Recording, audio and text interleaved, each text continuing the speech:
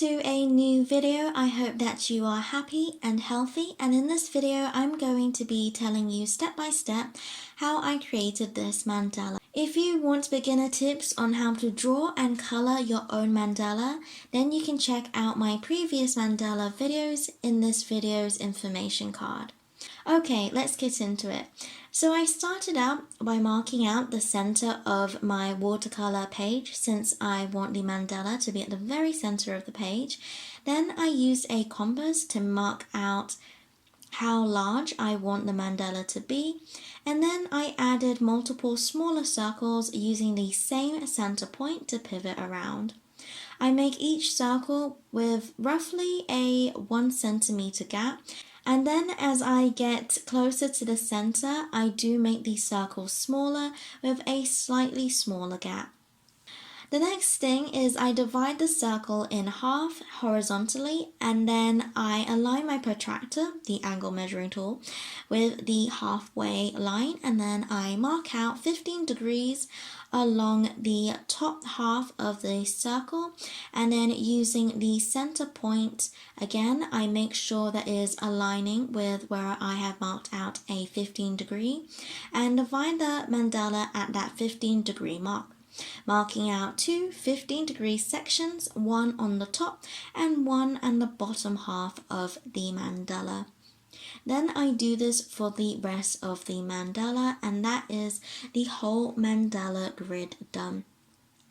When marking out the grid and deciding what degree you want each section to be, you have to make sure that you have an even number of sections when you divide the whole circle. After using the grid, I add in my main shapes, and I use the horizontal lines as the mirror halfway point in the middle of all the main shapes, which helps me to make all the shapes more or less symmetrical and neat.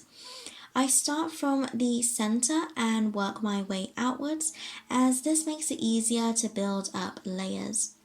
The rings or circles in the grid help to mark out the height of each of the layers. Sometimes if the layer is too tall, then I will make the shape half of the height of the layer, as this is easier to measure and be more consistent than, for example, doing a third or 3/4 of a layer. I make sure to layer a shape in between two shapes in the previous bottom layer. In some layers, I will repeat a main shape in an alternate layer so that it looks more consistent and more planned out. So fast forwarding a bit, since you'll be able to see the final result anyways, I drew patterns, lines or designs within the main shapes. I kept this one quite simple, but if you want to make it more detailed, then you can add more intricate designs within the main shapes. In my next mandala video, I will be doing a detailed black and white mandala, so you can see how you can do it too. So if you like to see that, then don't forget to look out for it. The drawing process is exactly the same as this, but of course does take longer to draw it all in, but honestly worth it when you see the final result and looks more impressive. Alrighty, so once I had added in the designs within the main shapes with pencil, I use pencil so that I can make changes to make sure that I'm happy with the design. And then once I've done that, I go over it with a thin tip waterproof pen to avoid smudging or bleeding when I color in the sections with ink.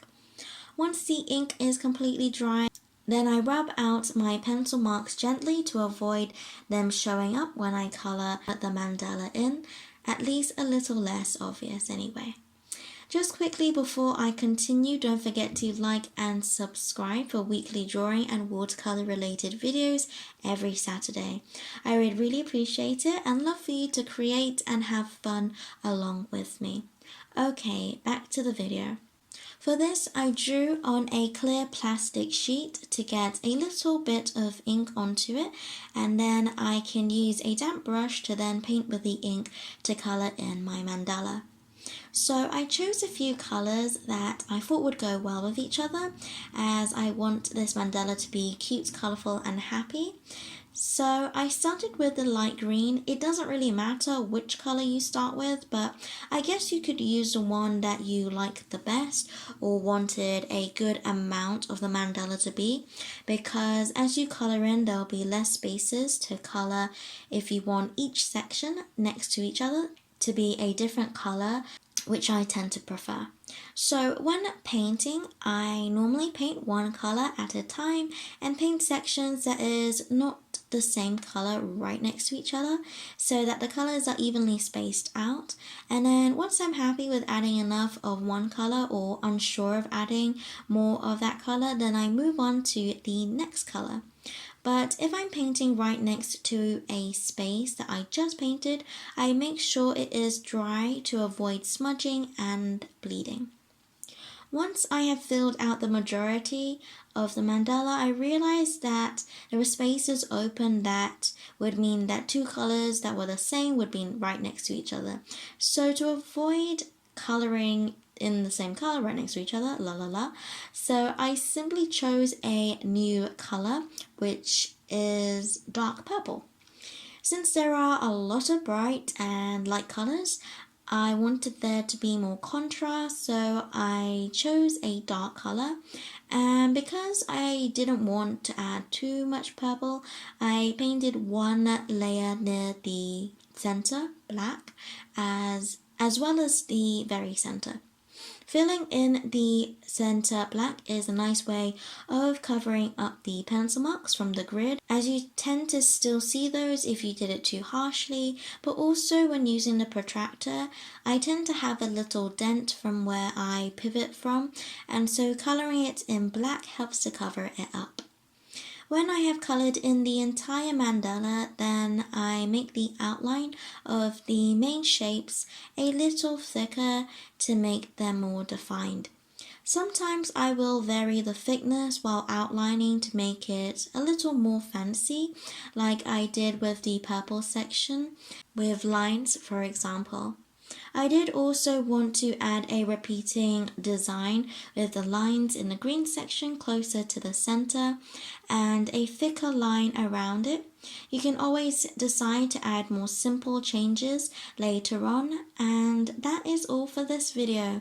I hope that you enjoyed it, and I really love mandalas and I've already filmed 2 more mandala videos to upload in the future, as they are really addictive. Anyways, God bless, and I'll see you later.